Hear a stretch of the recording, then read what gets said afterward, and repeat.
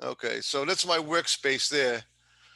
That's where all the magic happens, my DCC installations and all that stuff. So that bottom section is Deerfield Yard. That's where the CSX trains come out of. And as we go around the corner here, it's goes a single line track. I added some tracks there for an extra yard because I couldn't see all this going. I have a limited space, so I try to get as much out of it as I can. So it's just an extra little storage yard for the stone train and the coal train to keep them out of the other yards. Let's see, we'll move out of here.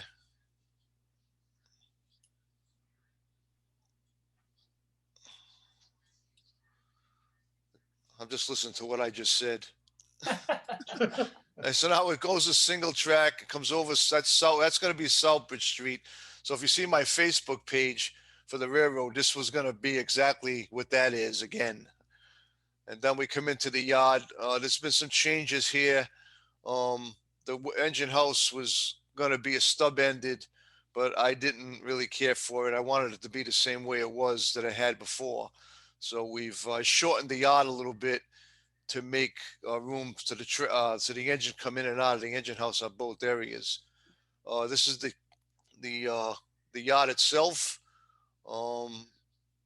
This I can thank Joe Mammy for doing the track plan and everything for me. I want to mention that he come up with this way to get the switches. Hold on a minute. I'm gonna stop this and go back there again. Come on. Let's stop it here. All right, so this is Worcester. It's a 6-track yard. The reason why I didn't have to be as big as it used to be because obviously the railroad's not really that big anymore. So I was able to condense everything down to what the industries that I'm going to have. We were able to extend the yard as Joe came up with this when he was making the plan. To use the turnouts and use the curves of the turnouts to extend the yard length a little bit longer than it normally was if you came in with a straight ladder. So it worked out really well. The radiuses are okay, and I haven't had any problems bringing. My longest cars is 72 feet now, so it's. I get rid of the auto racks and all that stuff. It's just you just need too much real estate and too much of a radius to run an 89-foot car around a layout. So I got rid of those and went down to 72-foot cars instead. So now we leave the yard. This is coming around the other side. This is a smaller vision, the paper mill. And we had it. Let me shut this off here.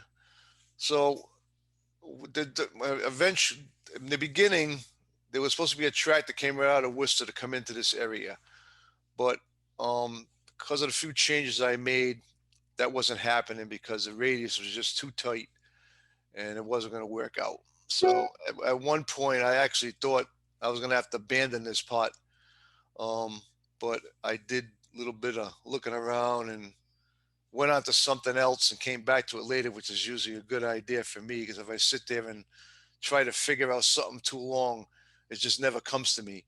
So I have to really get away from it and then come back to it another time, which is what I did. So anyway, so the paper mill is in. It takes all the same car loads that I had on the older mill. It's just kind of condensed into a smaller space, but it works out good. It takes probably an hour and a half to switch the whole thing out. There's the cars that are in the foreground here. Those are the cars that are in there ready to be switched. So the switcher comes out, pulls those cars out, does its switching, and then eventually after that's done, there's an interchange job that comes out of Worcester that comes around to the paper mill to swap out these cars for the next session. Don. Yes. Why don't you click on the upper right side, make it full screen. Upper right side. See the box in the middle? The gray band. Right at the band at the top. Yeah, Okay. hold on a minute. Oh, Not there. Next one. That There one. you go. yeah, well, it's over. Oh, there you go. There you go. Does that Okay. help? Okay. Yes. All right. But a little bit anyhow. Yeah. Well, I took this on my iPhone, so Right. that's Yes. why it's the way it is. Yep. All right, so let's. Okay. I think we're gonna move out of here now. All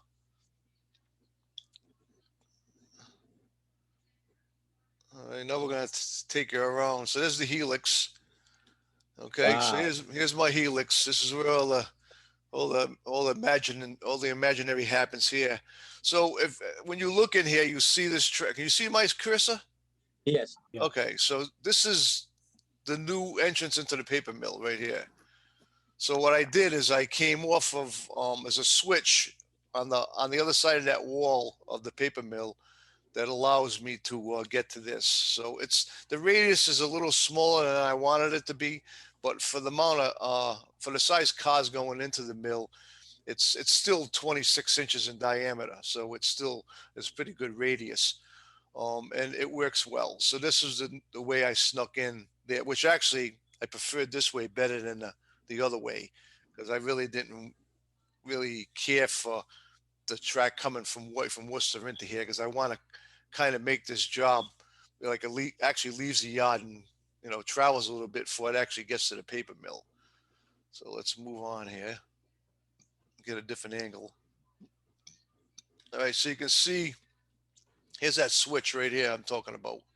So there's a single line track that comes through, and then it goes to it's a curved turn out here. You'll see it on the other side, and then it just comes inside the Helix and around, goes back out here, and comes into the paper mill.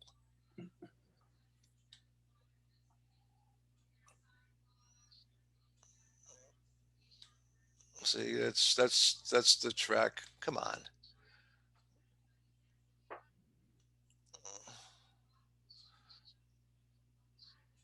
All right, so this is where it comes out of Worcester Yard.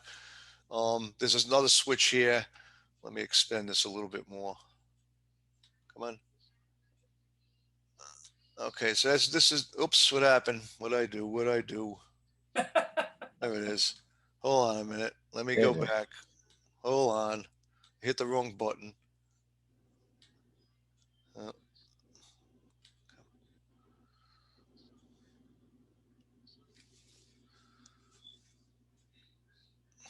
Hold on a second. Oh, stop. Okay, so this is the single line track coming out of Worcester. There's a switch here. This is Denison Lubricants. This place is right just outside of Worcester on the way to Providence. Basically, this is going to be following the Blackstone River until it gets up to the Helix here.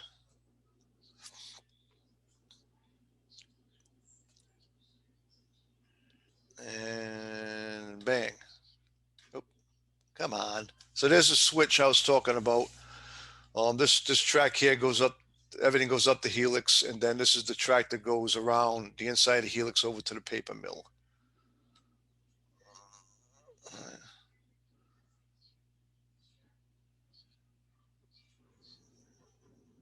Okay, let me get a better shot here. It is. Come on.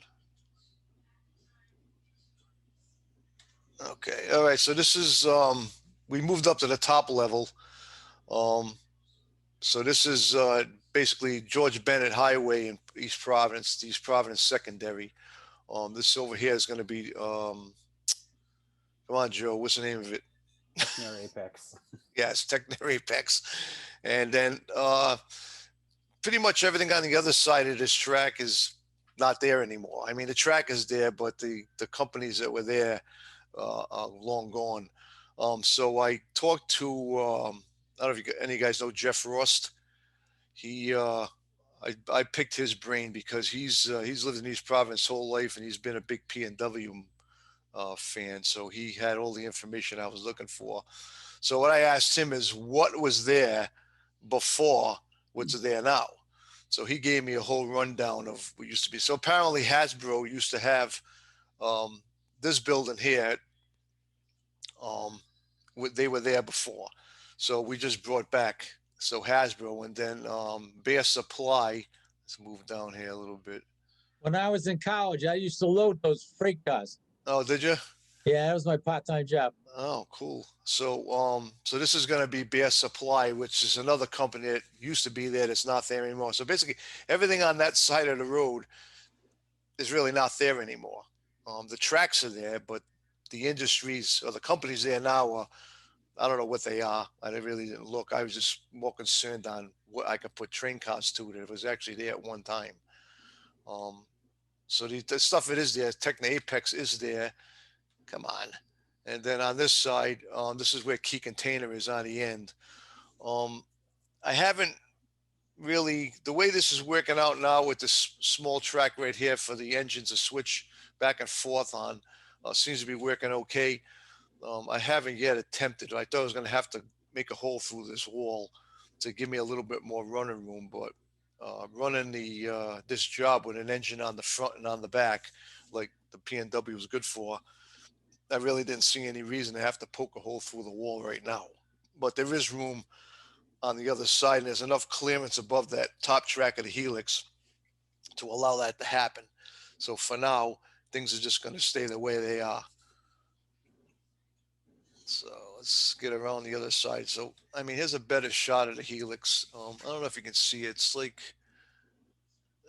1, 2, 3. It's like 5 levels high. So you got to remember this building I'm in is 12 feet by 20 feet, and that's the outside dimensions. So basically, I lose probably about 5 inches on both ends. So you're talking about you lose 10 inches on one side and lose 10 inches on the other side because of the thickness of the walls and the plywood and everything else that's in there. So to try to mush.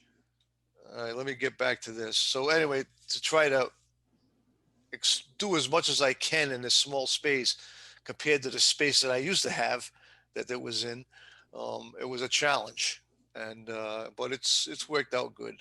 So here we're at the top. We're at the top of the Helix. This is just single line track. This is going to be all scenic area. There's going to be no industry in here at all. This is going to be a bridge over the Blackstone River. And then it just comes around, and here's the, oops, God, I keep going by it. Hold on. Let's go back here. My taskbar keeps popping up.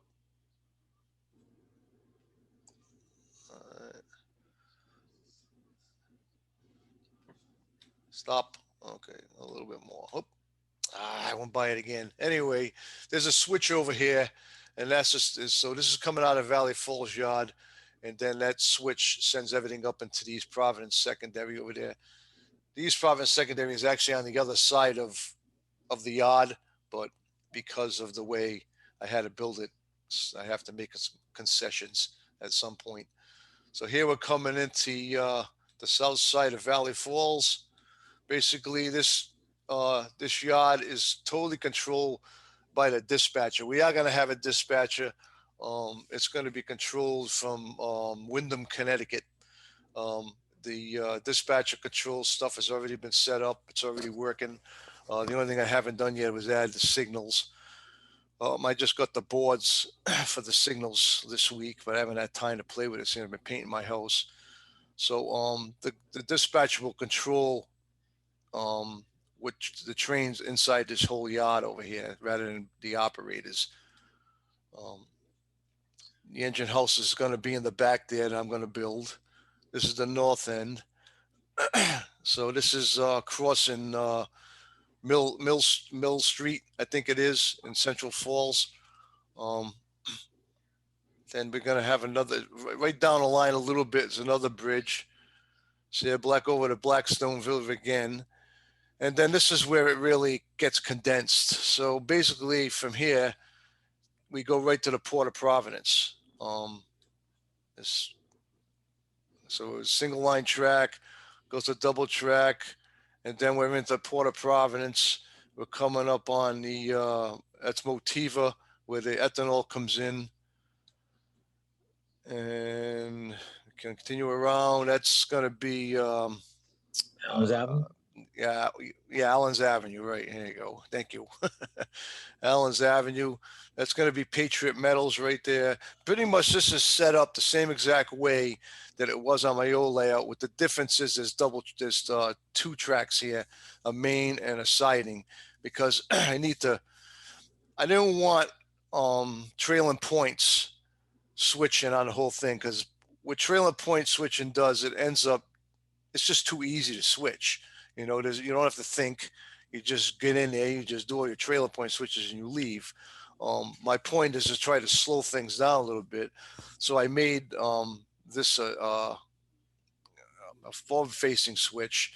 So that's why the runaround track is in there. So the engines have to run around the cars to do the switching in there, and it just kind of extends it a little bit. So we're just coming down. This is the where the coal trains get loaded. Oh, god damn taskbar. Hold on a minute. Hold on a minute. God. My taskbar keeps coming up and getting in the way. Let's get back. We're going to wind up with a PG rating on this. Oh, my God. It's unbelievable. See, the taskbar keeps popping up. There it is. So that's Motiva. We already did that. Coming around the corner. Let's go. That's Allen's. That's Patriot Metals. And then stop. There you go. So there's a storage track where the coal cars get loaded. Normally in this area, the coal cars don't get loaded here. They get loaded on the other side of the port. But I mean, I wanted the coal in there because it creates traffic. So I set it up basically the same way I set it up on my old layout. It's in the same place. You got Univar chemical down the end.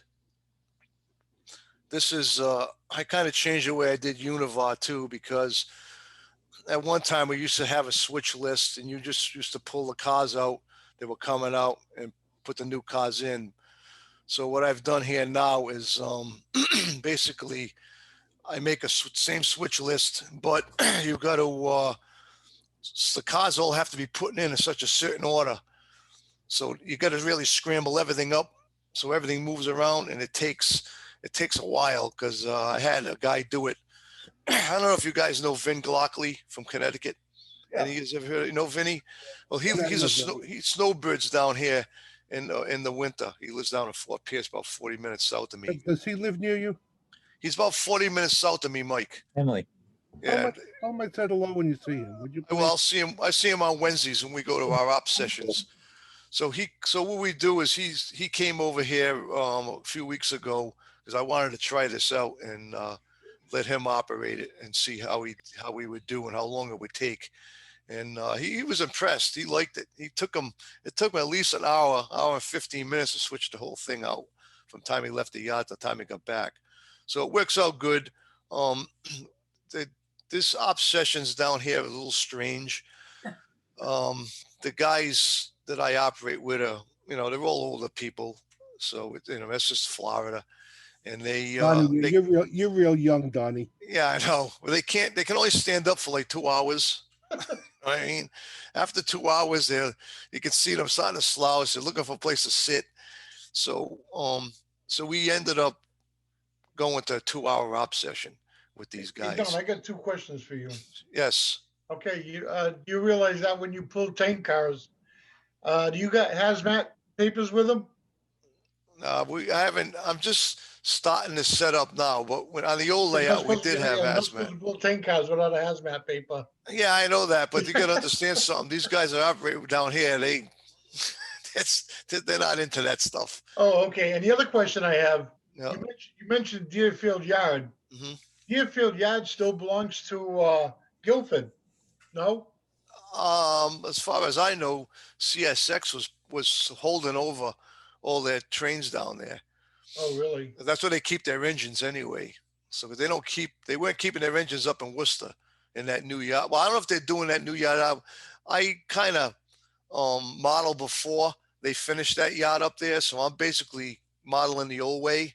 Yeah. You know what I mean? Because I only modeled up to 2016 when the P&W got bought out by that Candy Corn Railroad. Oh, G&W? Yeah. I don't care for the G&W. I don't even care for their color scheme. Yeah. So I didn't. I wanted to keep what I had, so I So I think it was December, what was it, December 23rd or something, December 16th or something, of Yeah, because 2016. we used to leave cars for them when I was on Conrail. We used to leave the cars in the yard, Right. and then they would come into the yard and pick them up and take them back with them. Yeah. They would interchange with us. Well, I think what they're doing, what they do now is they got a train that comes out of basically out of Selkirk, and then on the way by, Yeah. they back into the yard and they drop the trains off in the yard, and then they just leave. Okay. But I don't have, I don't have that, and plus they're coming in they're coming in the opposite way that I'm coming in from, because this is what I got to do. I can't help it. You know what I mean? Yeah. I can't. I wish I can build it where everything is coming in the way it's supposed to come in, but you just gotta, you can't Yeah. do it. You know what I mean? You just, Wait, another thing too, what you mentioned about trailing point switches. Mhm. What you do is you build your first stops last and work your way out. So when you do run around your train and you do facing facing point the other way, that way your cars are all lined up going the other way. Yeah, well, basically, what they get the train itself is lined up the way it's supposed to be.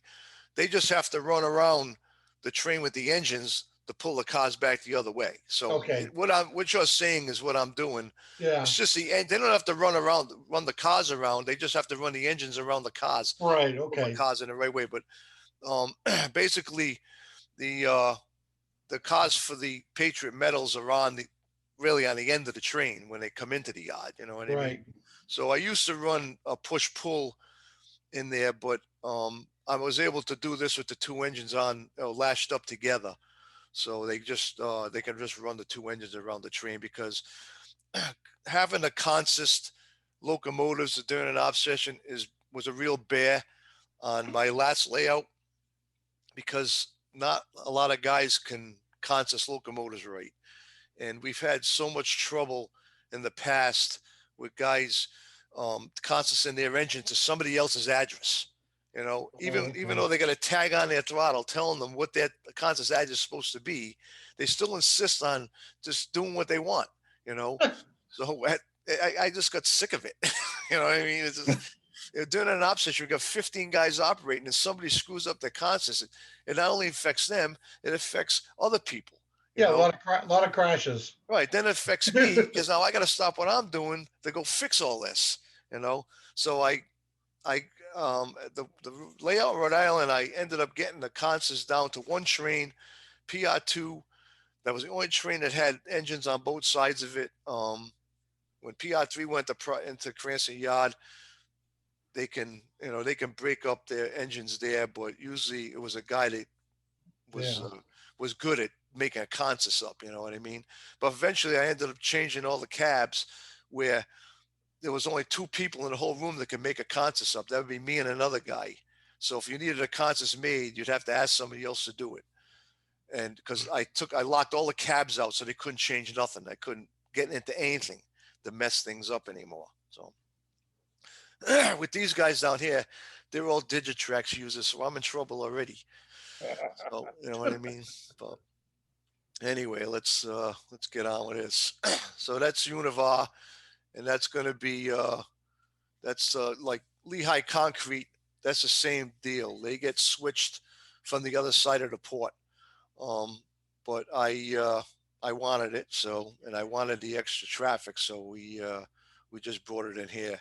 There'll be a covered building over that hopper car eventually, so the car's back into the building, and then it'll meet up with that industry there. So I think that's I think this is it for the. So like I said, it's the building's small. I went from a 42 by 24-inch foot space into a basically 11 by 19. You know what I mean? So this is where that hole comes through the wall for the paper mill. I think that's it for the video. Yep, that's it for the video. So let's get out of here. Okay, get rid of that. Okay. Okay, so from there, we'll move into the PowerPoint. Well, you've done a good job there, Don. Thanks. So here's a PowerPoint video. This first slide here are the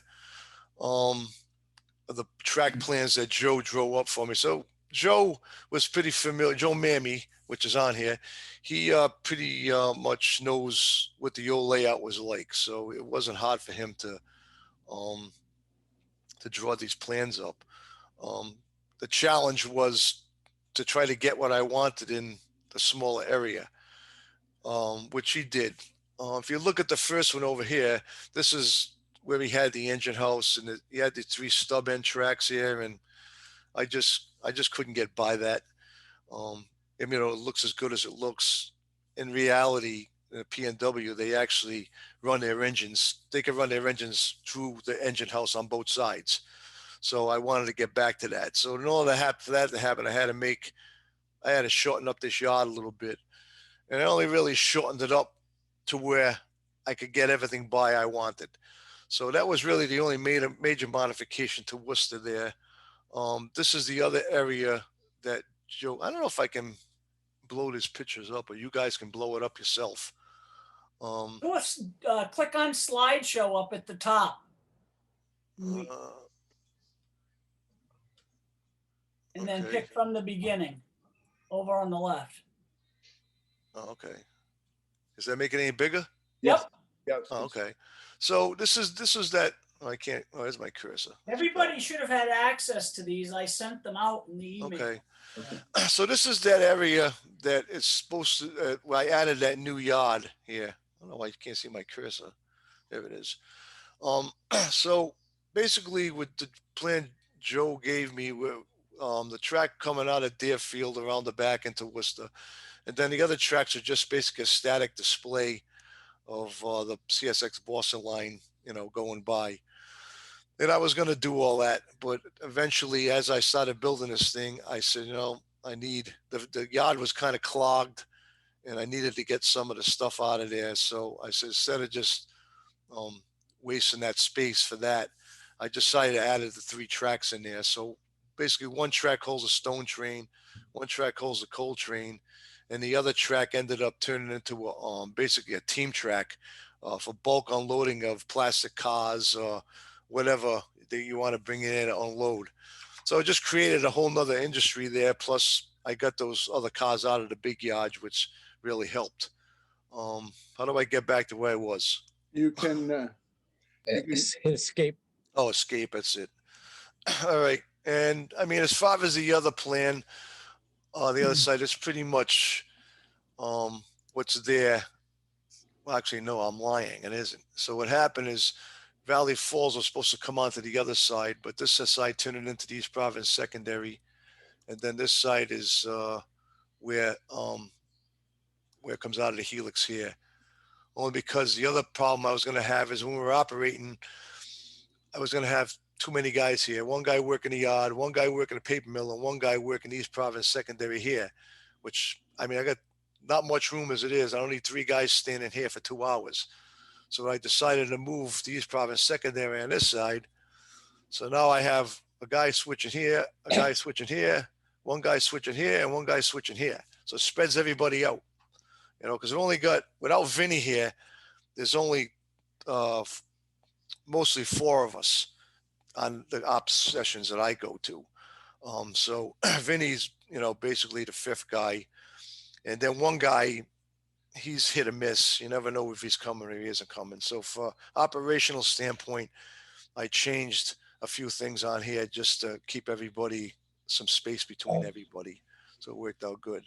So the next slide, this is my wife's, excuse me.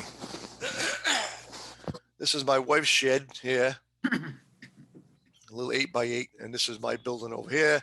This is the path coming out of our pool area, L&I, down to the building. Don, go back Yes. to the slideshow. Okay. Well, no, you got from the picked from the beginning, and Okay. it'll enlarge it, and then just use the arrows to advance your slides. Okay. Down To the arrow on the left-hand right. corner. Then I gotta move you guys because I don't unless it's gonna, oh, okay, it'll work that way. That's good. Yeah, yeah. Okay. Now you get larger size. Okay. Right. So the well house came from Rhode Island. That moved with us. I didn't build that because my irrigation system is there. That's the well for the irrigation down here. So we just put it over there. So this is it in the raw. Nothing in there. This is when it was hot. So I had to look forward to doing all this in the heat because I needed to get all the insulation and everything done before I can have the air conditioning put in. So this is what it looks like empty. There's the AC unit in. It's a little 4,000 BTU split duct unit, which works really good. It's combination heat and cool. So right now it's on heat because it's cold down here. So and here's we starting with the insulation and doing the electrical work, and all the walls are made out of all plywood. And I use plywood only because I wanted to stiffen the building up. The building is rated for 170 mile an hour winds, hurricane standard. So I figured with the extra plywood on the walls, because I had to take all the bracing off because the bracing's in the way. You know, all this bracing on the side here, it's just in the way of everything. It would just make the room that much shorter. So I decided to put plywood on the whole wall, which did two things. It strengthened the building and it made it heavier, you know, because carrying all that plywood from my truck to this building, I can feel how heavy this thing was going to be. So this is just more of the plywood. It's all, the floor's made out of all marine plywood, so I don't have to worry about it rotting, and everything underneath it's all pressure treated. It's up on concrete blocks and plastic pads. They did a really nice job installing it. That's my split duct unit. And we've seen these. So this is the track plan of the East Providence secondary that Joe drew up. You can see it's pretty much, you know, what's there. So the benchware construction starting, and as I progress through these films, you'll start to see this room fill up really fast, to the point where I had to end up moving all this saw and sawhorses outside because I just didn't have any room to move around in here anymore. But the bench work went quick. Once that peninsula went in, that kind of messed me up because I just didn't have any room in here to work. So there's the beginning of the Helix.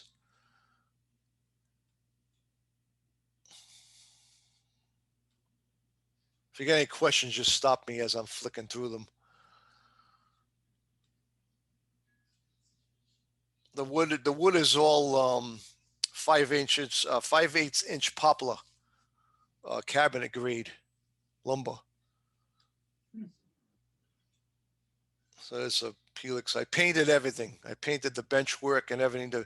Down here, the more you paint your wood, the better it seals and the less expansion and contraction you have with the different range of temperatures. I mean, with the air conditioning in here, I did find out one thing about the split duct units, that they don't dry the air much, especially when they're in a smaller building, because the coils are inside the building. So the coils are always wet. I mean, when the air conditioner is on, it is cooling and it is drying the air. But the problem is that it doesn't run long enough to dry the air completely. So eventually I started to notice that when I came into this building, it was humid. You know, I can feel it, and I could feel it in the wood. I could feel the lumber was damp.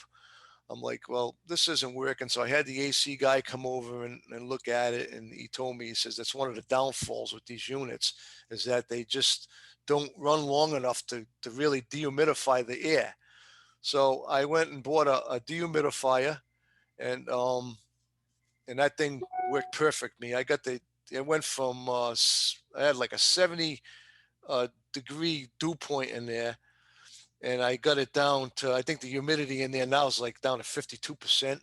I don't want to get much less than 52% because things start shrinking too much.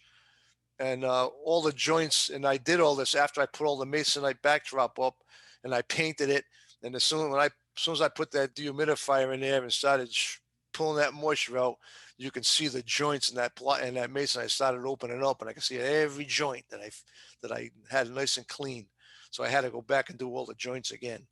So, but I do have the temperature and the climate under control in there now, which is really very comfortable. So there's my DCC system. There's some of it. There's all the, this is an AIU for for the dispatcher to control everything. Down here is the, I use the CVP products accessory decoders. I like them because they plug in on a 44 pin connector, and if I ever have a problem with them, I can just unplug them, take them over to the workbench, reprogram, stick them back in. I don't have to do any no unwiring or unsoldering and none of that stuff. There's some more of the layout. So the top shelf is basically a storage shelf, but it was mostly put up to put the upper level lighting underneath it, because I didn't want to put it up on top of the on the ceiling, and I needed the shelf space up on top for storage. So it worked out really well. But you can see I painted all the backdrop to seal everything up. It was, you know, it wasn't bad. I mean, I started this probably in about towards the end of June. And I've this is like the end of December, beginning of January, and I've gotten trains running in like 6 months. So it worked out really well.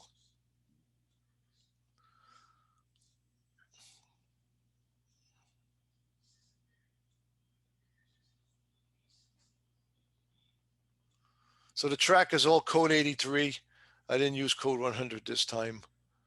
I didn't like, I like the code 83 because the rail's a lot lower than the code 100. The track is all glued down with the tight bond glue. That stuff works really well. I didn't want track nails for 2 reasons. That code 83 track, you got to drill out every hole to put a track nail in, because unlike the code 100, they already got the holes in it. So that was a pain. So I decided so I just drove the tacks down between the ties just to hold everything down till it dried. So, I mean, let me go back there. I can see What glue did you use? it's tight bond, the professional. It's the yellow glue, but it dries. I mean, it dries pretty clear. I mean, you can still see a little yellow there, but by the time you paint and you ballast the track and you do the scenery, you're not going to see it anyway. I wanted to go back. Oh, I thought I went back. Maybe I'm going the wrong way is what the problem is. How do I go back? Oh, it is right here. Arrow. I got it. Is that back? It looks like I'm going, oh, that's back. So there's a lighting right there. I wanted to show you the lights.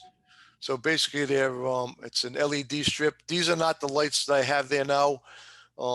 These are 6,000 Kelvin LEDs. And I got this from a friend of mine because I like the way his backdrop was. I actually used the same paint he used on the background, and he told me to use the 6,000 Kelvin lights. But when I did that, in this kind of situation, it just made it look too purple, and I didn't care for the way I was taking pictures. It's just like it was purple. It was almost like a really dusk looking day at night. And I didn't care for it. So I ended up going to the 5,000 Kelvin lights, and that's made it a lot better.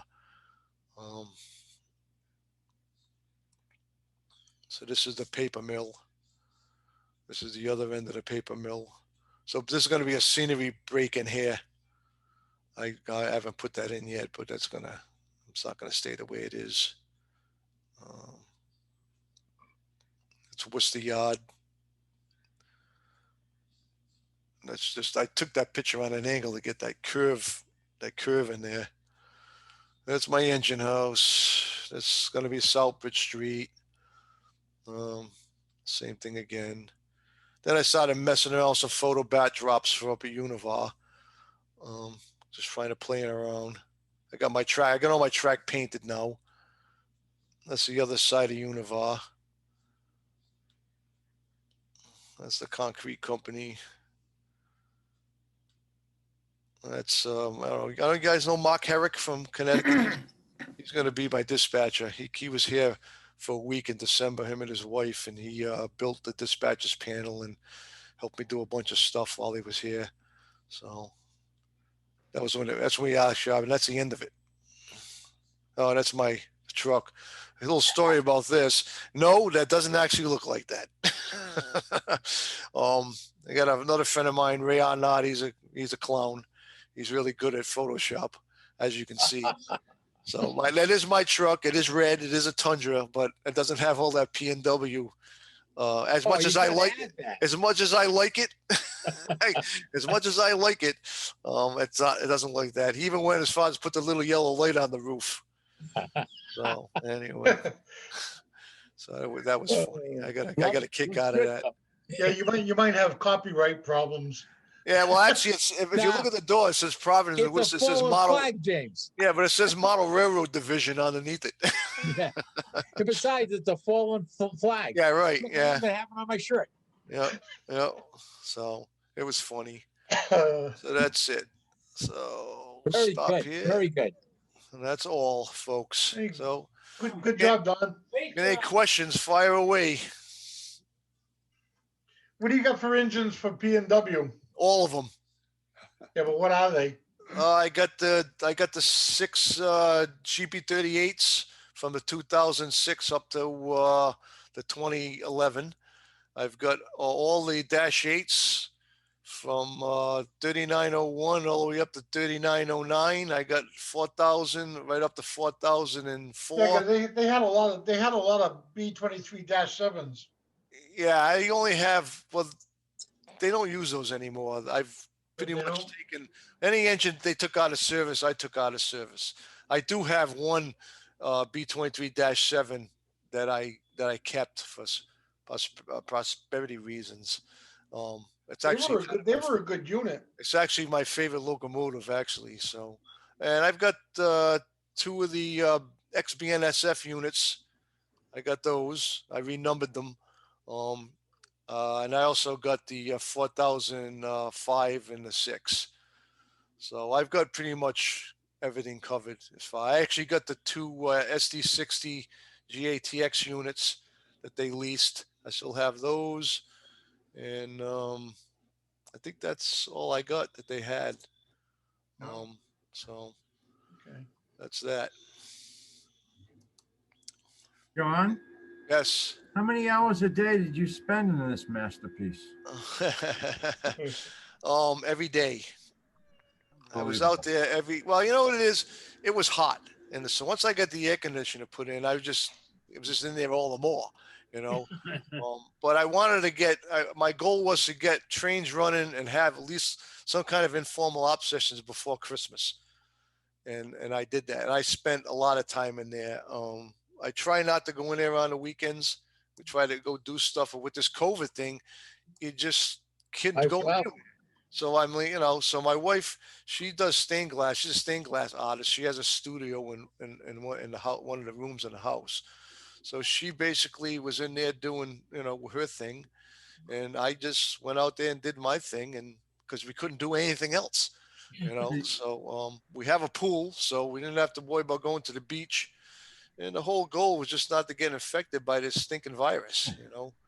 So So you just treated it like a full-time job pretty much with overtime. Yes, sir. Yes, sir. So I go in there probably about, you know, 9:30, 10 o'clock in the morning, and I'd probably come out of there just before the sun went down, you know. And my wife would have to come out and drag me out to eat lunch or something because I totally get lost in what I was doing. But when it was hot out and I was cutting wood outside, it was getting, you know, it was hot. So I would probably knock off around 3:30, and I had my bathing suit on already, and go from the room right into the pool, you know, and just hang around the pool for a couple hours and, you know, eat, and that's it. So then I just do the same thing the next day and the next day and the next day. Well, that's an image I can't imagine. Somebody working in a train layout in a bathing suit. Yeah, and flip-flops. And flip-flops. I had to learn when something was ready to fall on the ground, I had to jump out of the way because I had to remember I don't have my work shoes on anymore. Yeah. You know what I mean? Drop a tool, drop a piece of plywood. So there's always something falling on the ground. So I did good at jumping back.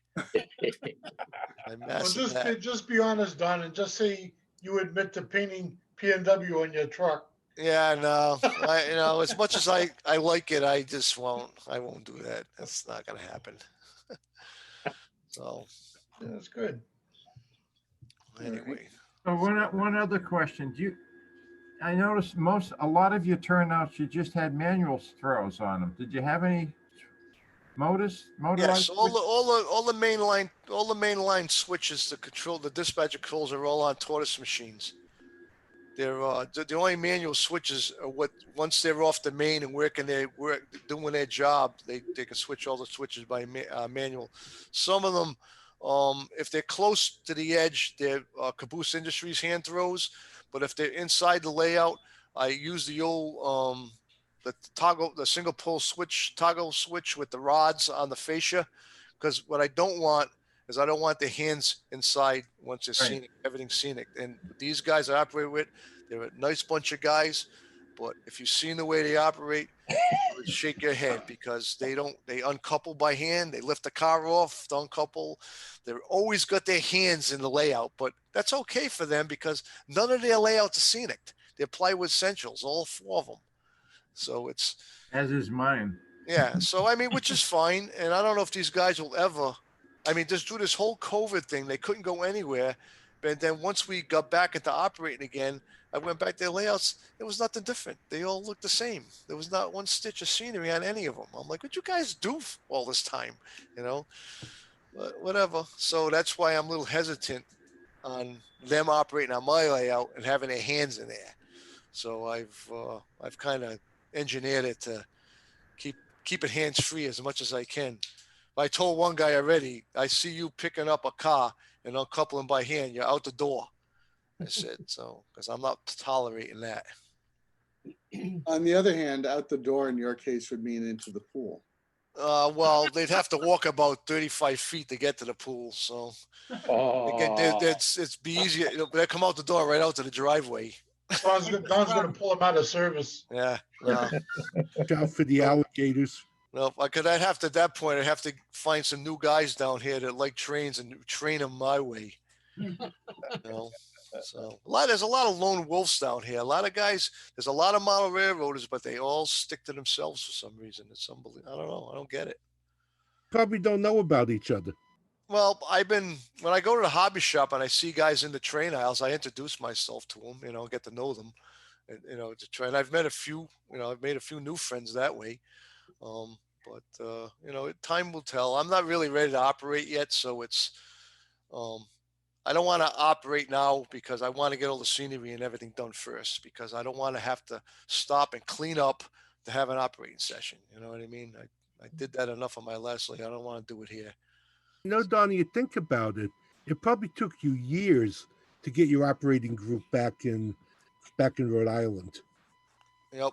By the time you meet people, by the time you get people who like doing it, you don't find them overnight. It's going to take a while. Yep. Yeah, I know. And it's gonna take a while to wean them out too, because they're not. A lot of guys don't know what operations are. They think they know what operations are, but they have no idea what real operations are. So we'll see, in time how it goes. But I mean, these guys they'll adjust. I'm sure they'll have to. Donnie, you want to do real operations? Make it 120 in your cellar and have them at 4 a.m. And I don't have a cellar. Well, with your room. That's right. They don't have cellars, do they? I have a cellar, but it's full of dirt. Oh, well, then anyway, in your shed, make it about 110 degrees and operate about 2 a.m. Oh yeah. Put lots of bugs in it. Then they could do like real operation. That's a good way to get rid of them. Just keep boosting the temperature up on the humidifier on the air conditioner until they can't take it anymore. But I'll be the first one to wuss out because I can't take it anymore. They're probably more used to it than I am. Any other questions for Don? Don, thank you so much. Looks no like you're having problem. a great time down there. Yep, I'm enjoying it. Retirement's good. Yeah. Good to see you, Don. There's Yeah, you nothing too, bad Mike. about retirement.